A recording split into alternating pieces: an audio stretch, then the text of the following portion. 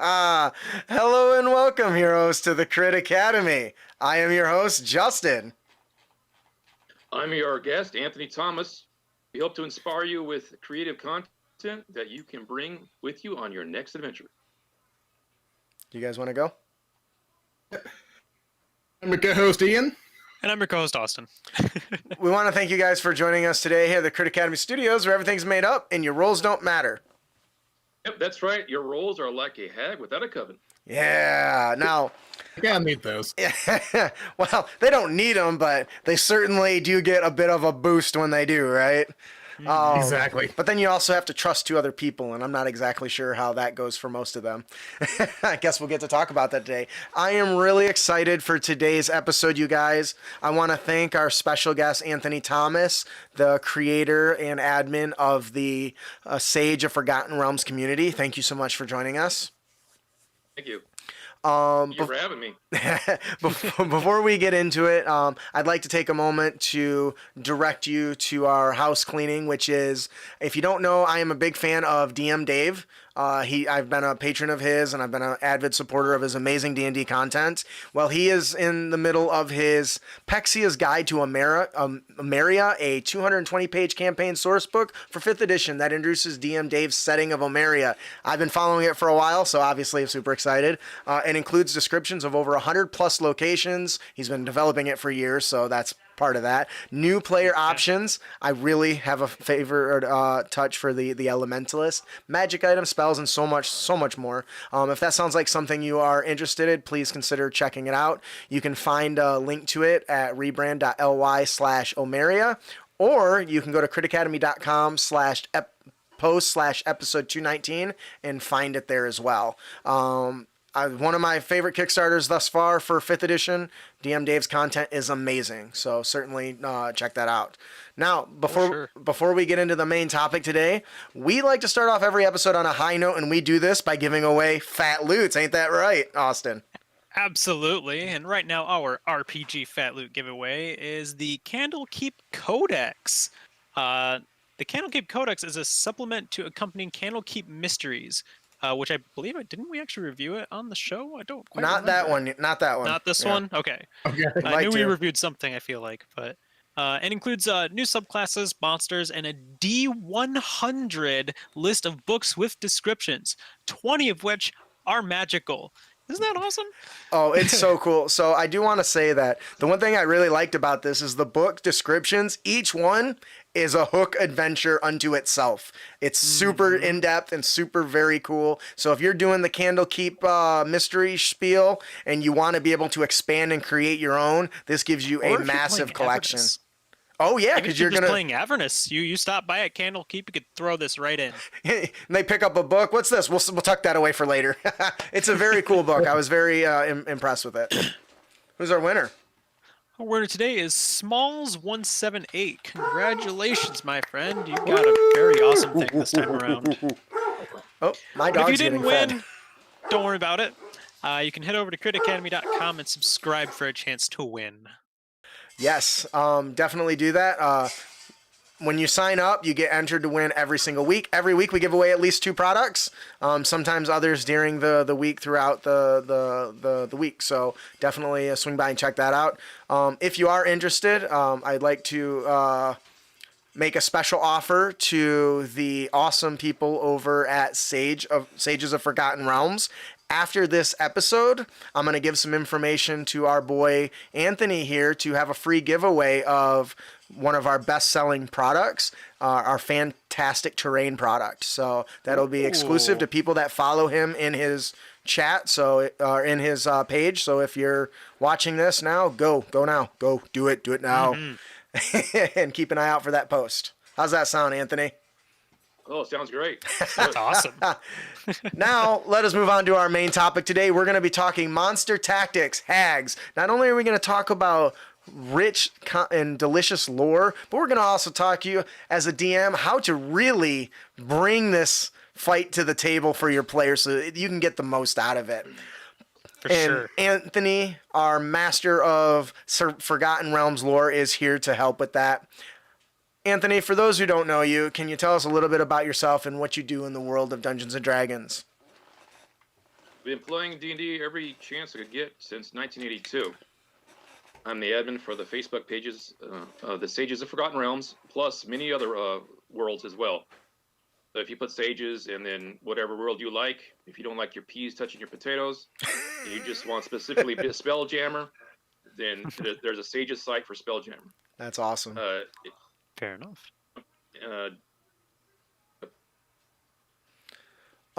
So we're like-minded people who love to help. and that's actually the one thing I think is most notable.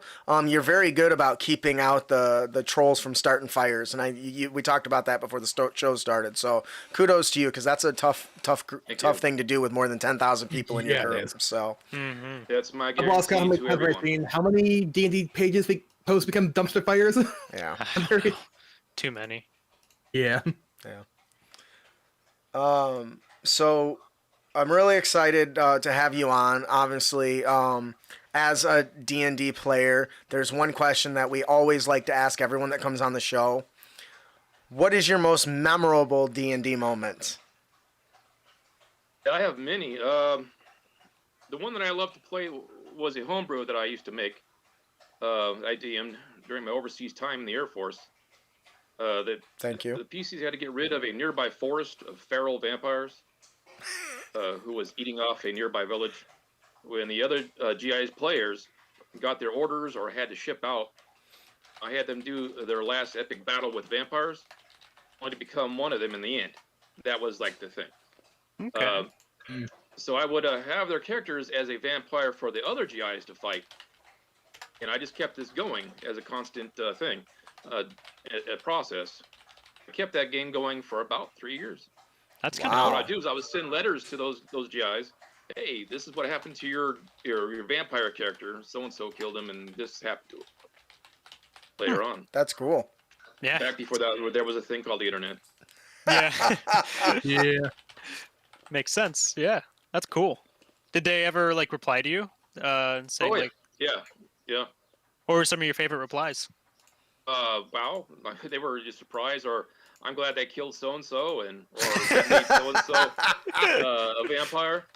I had That's one guy good. who got smart. He was a paladin. He became kind of like an oathbreaker back then. There was something else back then. I think Blackguard. Yep. And he was trying to stop people from going to the forest and fighting these vampires. That's funny. So he wouldn't become a vampire. He basically became evil. That's That's pretty awesome. Interesting enough. Do you have a moment where you feel as a DM or a player that stands out to you, and what did you learn from it? Yeah, I have a bunch of those. Back in the second edition times, I got to play a bunch of college guys. I knew them, I was about 17 still in high school when I met these guys. What I didn't know is the DM had previous issues with another player being a murder hobo. Oh, geez. Well, our characters approached the village, starting off the adventure. The DM described a gallows pole with a raven on it, cawing loudly at the party. He was just making, a mood for the adventure to start before we got there. The murder hobo player yells out to the DM, "I'm going to shoot the raven with my arrow." Well, the DM sighs, the murder hobo player rolls low and misses. DM sort of ignores the incident with the murder hobo, and he's trying to let it go. And he yells out to the DM again, I shoot another arrow at him. But he misses again, and the DM says, "That's it." The raven attacks the first level murder hobo, and rolls a crit attack on this murder hobo, attacking his face. And I was like, Eat out his eyes. Second edition, and that almost killed him. Well, I was trying to help him out. And I'm 17, and I've been playing for a while, but I had a mace, and I'm like, well, let me try to get this crow off your face, and I rolled a 1. And I murdered him. No. That player had it coming. Accidentally. Yeah, accidentally, right? I believe you. Then I thought, oh, wow, I killed this guy by accident. Accident. You're like trying to I got prep tons- the base, and you're just like, oh no, I tons of got. stories about those guys. That's awesome. Just trying to lower the mace next. So- You're like leveling it out against the bird. You're like, no, I got it, and then you swing I was and hit actually him in trying the to head. hit the like, raven, oh. Yeah, right in the face. Oh, that's funny. I Let's think, start. yeah, in the chat they're saying it was the Ravens' plan all along. Evil bastards. Yeah. That's awesome. So now we want to thank you for those jumps down memory lane. That honestly, we all love that sort of stuff. That's why Oh yeah. we play D&D, right? Those memorable moments, and we all make mistakes, and they're good to learn from them. And that's why I love stuff like that, because there's consequences for your actions, even if it is on accident. Because if he wouldn't have did that, you wouldn't have rolled, and you wouldn't have rolled a 1, and you wouldn't have died. So I'm gonna still say that it was part of his fault. But anyways, we want to talk more. Oh, The chat says, "Won't do that again, nevermore." So now let's get into why we're here. We're here to talk hags. Now, if you guys don't know, hags are a very, very not only common trope, but a notorious monster in the Dungeons and Dragons lore. And what's cool is they come in such varieties that they're one of my favorites, because you can easily change up the stat blocks in the lore and expand upon it a little bit to create a unique hag. And I think they've done that over the years. They've created different things, from the night hag to the sea hag, all these different varieties that come in different flavors, which is great, because they don't all have the same abilities. And I think that's what really distinguishes them. So Anthony, as our hag lore expert, what can you tell us about the hags and their origins?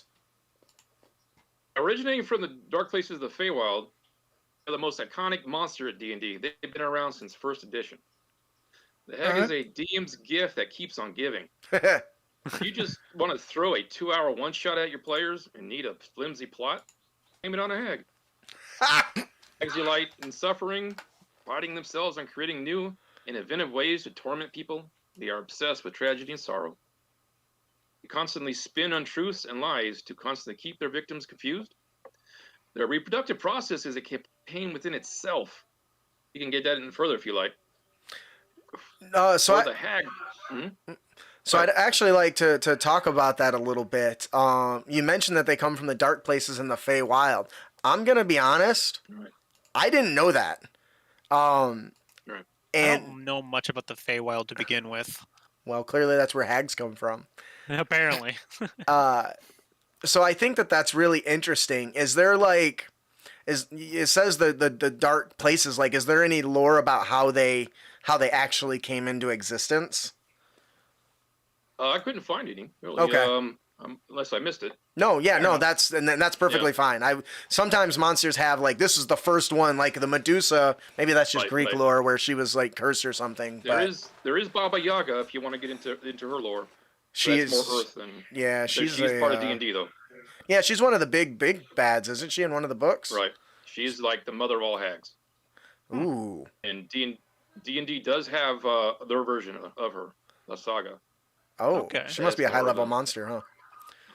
Yeah. So that's really cool. You touch on here about wanting to know what are some reasons the players might stumble into them. You touched a little bit on, hey, if something's confusing, toss a hag in there to make sense, and I really like that. What are some options that the DM can use to include them into their story with a little bit more of a hook?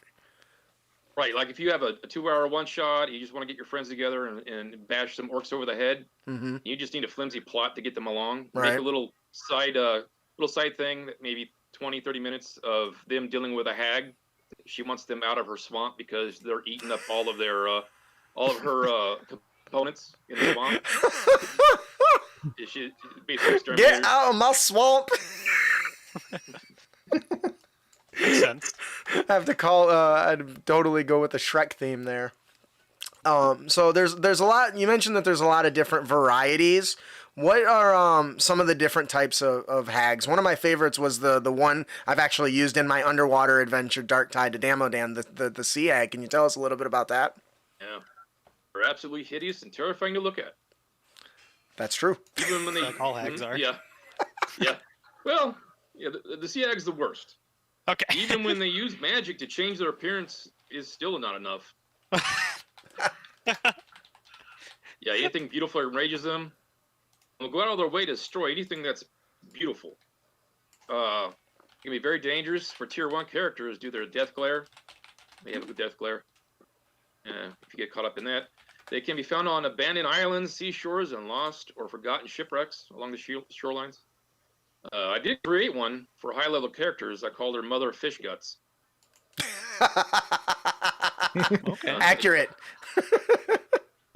Yep, she wears a large enlightened octopus on her head that holds belaying pins. If anybody gets too close, it gets whacked over. People get whacked over the head. Her eyes bulge out of her sockets and has filthy, brackish seawater filled in her halfway inside her eyeballs, so she sloshes around. That's so gross. In her mouth are shark jaws as dentures. And they keep slipping in and out of her mouth. That's cool. And she wears black sails from pirate ships that have sunk. Oh, that is such a nice touch. Her favorite means of travel, and her favorite means of travel is a giant crab. She'll be like come out of the ocean waves on a giant crab, sitting on like a captain's chair. Oh man, that's Also, so cool. I also put her inside a giant dead whale Mhm. that washes up.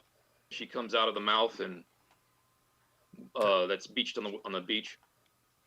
That's and it's awesome. got a rear end of a pirate ship in its mouth. You had mentioned the death glare, so let's actually talk a bit about some of the mechanical benefits in 5th edition. So in 5th edition, you have the death glare that the targets one creature and becomes frightened of the hag. What's really cool to kind of stacks with that, she also has like the horrific appearance, which basically any humanoid that starts to turn within 30 feet, that's everybody all at once, and sees her true form must make a wisdom save or be frightened.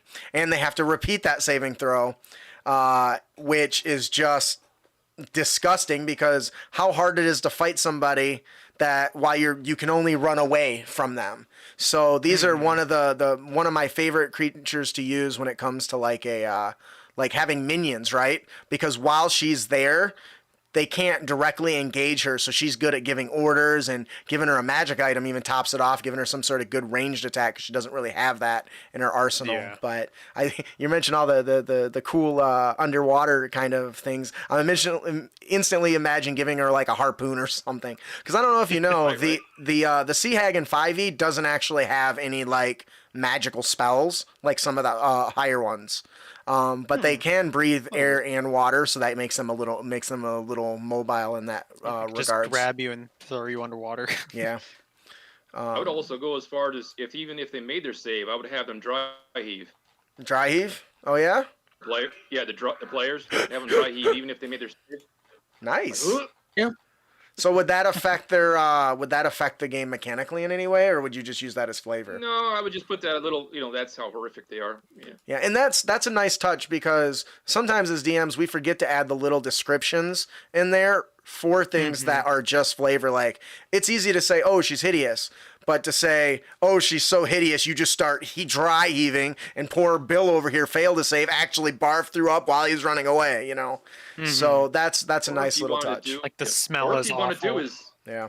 get a bucket of actual fish guts and open it up underneath the table. Ooh, that's horrible and, they have and disgusting. Smell what they smell. They go. You want to go that far as a DM? Does somebody forget to shower today? For experience. Bill, is that you? Oh man, that's gross. All right, so you have a couple other hags in our list here. I've never actually heard of an anise hag. What is that? Anise Me hag, neither. yes. Their lairs can be found in mountainous areas. They collect ogres and trolls if they were your children, probably at a younger age. They prefer corrupting children. Now, this is kind of sensitive topic with children. Right. Yeah. They hand the children hideous tokens, like their iron teeth in their mouth, maybe a creepy doll that they made out of other children. What use the plot line from the Children of the Corn, where all the adults within the village had disappeared, leaving their clearly evil feral children running around. When the characters the PCs show up, and there's these feral children running around. I created one called Anti Boulder Holder. What the hell? who gives their wandering children homemade dolls to talk to them, to talk through them, to corrupt them further, That's and cool. then kill off their unsuspecting village adults, thereby freeing her of all their problems. Them being a headache to her, and then eventually eating them one by one and making a dress out of the children. Man, hags are just awful. Yeah, that's one Yeah. thing. Oh, yeah. That's one thing that doesn't get pulled off, come off often at the table is just how disturbing they are. And I think that your descriptions here and the things you've run have really captured the nasty. It's more than just a powerful, creepy spellcaster. That's what they're all about.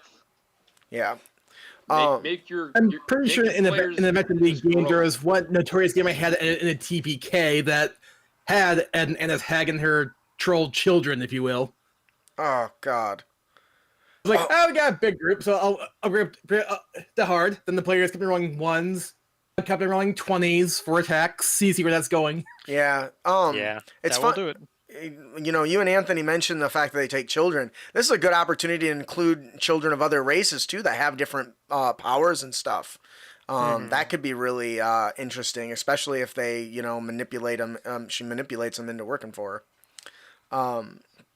So, what can you tell us about the Night Hag? I think in the 5th edition book, that's probably one of the stronger ones, if I'm not mistaken. I think Oh, yeah. so. Yep. Yep. They're so foul and corrupted. While they were in the Feywild, they descended to Hades. They were so evil and corrupted. Oh, They're soulmongers by trade. One thing they are known for is visiting their victims' dreams and corrupting them through their dreams, and basically get them to conduct evil, condemning their souls in the process.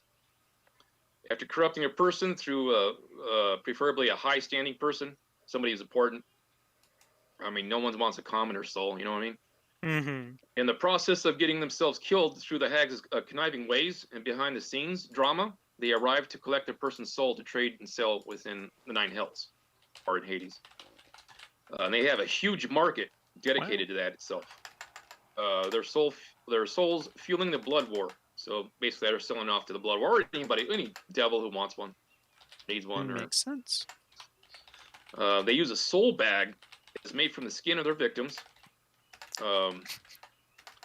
Is their prized possessions due to the cost of making them, requiring 7 days in a living sacrifice, basically the person that they corrupted. I made one called Mother Krakatoa.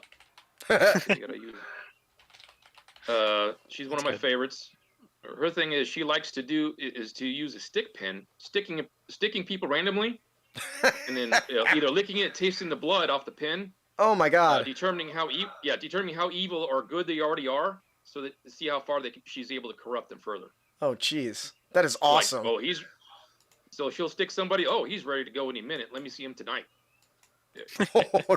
Or he's lawful good. Nah, let me come back to him later. Yeah, it might take a little too long. Is it worth noting that the Night Hag knows plane shift? Yes. Yes. We're gonna talk about they that do. stuff shortly. Cause damn. Yeah. So before we get into the more rule, because I do want to talk about actual tactics that we're going to use, but before we get into the hag combat tactics, last thing we need to touch on, the most important thing is hag covens. What exactly are they, and what benefits do they bring to a hag? Right. Well, hag covens, hags cannot stand each other on a one-on-one basis. When they gotta work together, when they form their covens, they put their selfish natures aside. They're made up of hags of any type. So you could have a green hag, a swamp hag, a anise hag, or a night hag working together. Mm-hmm. Okay. All of whom are equals within the group. Each of the hags continues to desire more personal power. Coven consists of 3 hags, so that any arguments they might have between the two, third one could settle it. Okay. Yeah, if more than 3 hags ever come together, as might happen if you have 2 covens come into conflict, the results are usually chaos. Wow. Essentially, they go off the power like 3, which is an old concept. Yeah. Hag coven, A hag coven can craft magic items called a hag's eye, which is made from a real eye coated in varnish and often fitted to a pendant or other wearable items, like use rings, hag rings. The hag eye is usually entrusted to a minion for safekeeping and transport. A hag in the coven can take an action to see how the hag eye sees if the hag eye is on the same plane of it. It has to be in the same plane of existence. Okay. Hag eye has dark vision, radius about 60 feet. If it's destroyed, it will cause psychic damage to the hags for about 24 hours. So That's probably really best cool. weakness to it. Yeah.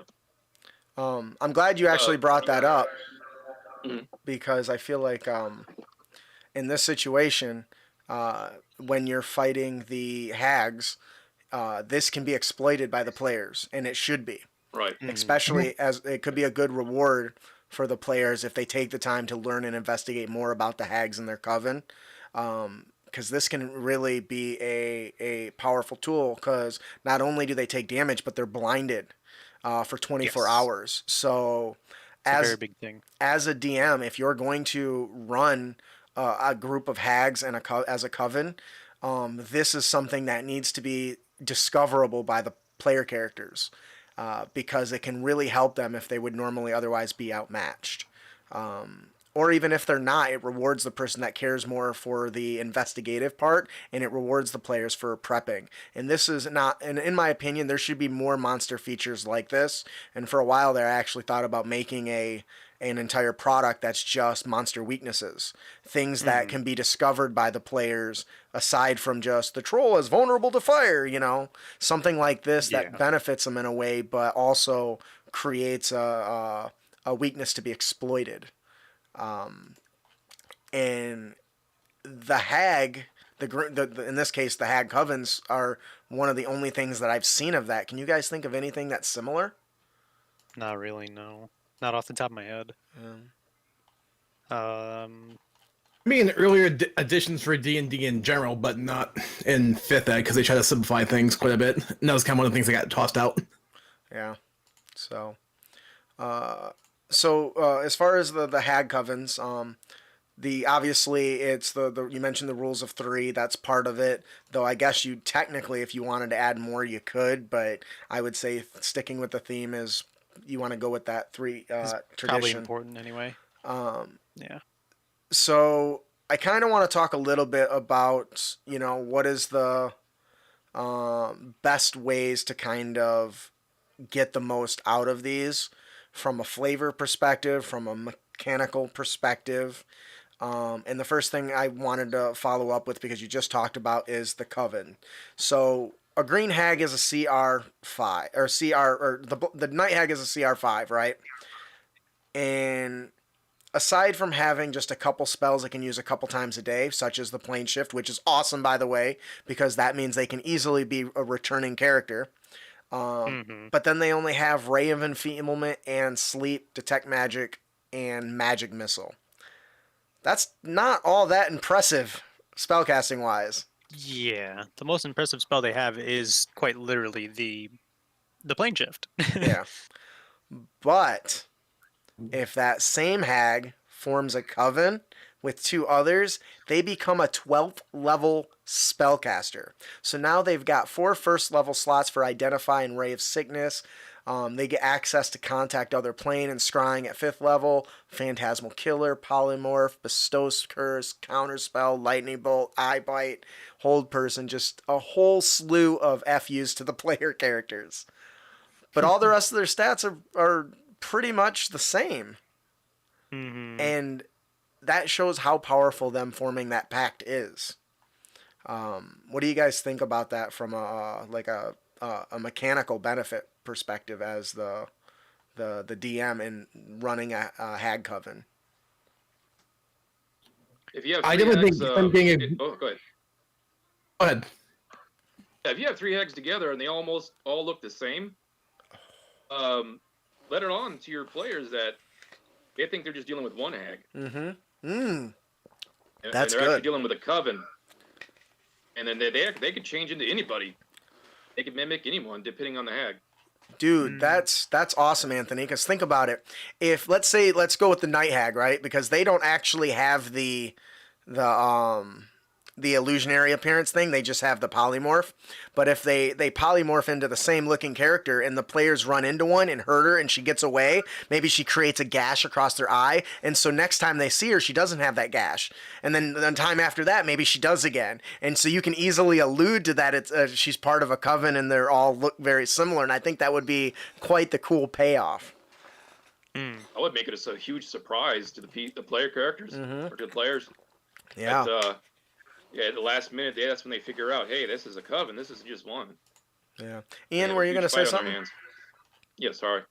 No, you're okay. Okay. No, we're good. Keep going. You're the expert.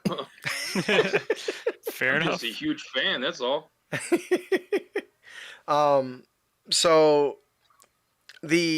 talking more about the combat, their physical and mental fortitude of a hag, the night hag specifically, are all very strong. Like, they don't have a dumb stat. I mean, everything's at least a 2, 1 a 4, but several 3s. So they are good in melee. They are good at distance between these spells. Specifically, their magic missile never misses. I mean, if you have this hit and run style tactic with a night hag, you're boned because they can take, their time killing you. Yeah. I mean, combined with the fact that they have, a constitution of +3 and our damage resistance of fire, cold, piercing, and all that stuff, makes them extremely durable. And not only that, if they're in a coven on top of all of that, oh yeah, their CR quite honestly changes significantly because with all the extra stuff they're able to get, like hold person is really strong, counter spells also very strong. Yeah. Phantasmal Killer, we've all seen time and time again, do some horrifying things to people. Yep.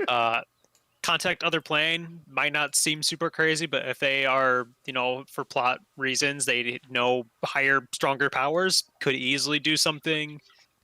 There's just stuff that you can really do to really amp this up and do some really crazy stuff with it. The fact that since some hags can also plane shift 2,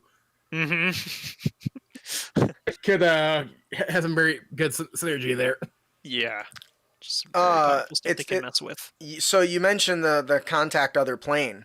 Even if the hag in our coven falls, they've now revealed themselves to this person in the higher up boss, so they can reveal all the stuff about the characters, all their powers, their classes, basically. So the next time they go to the next level up, the enemy's prepared.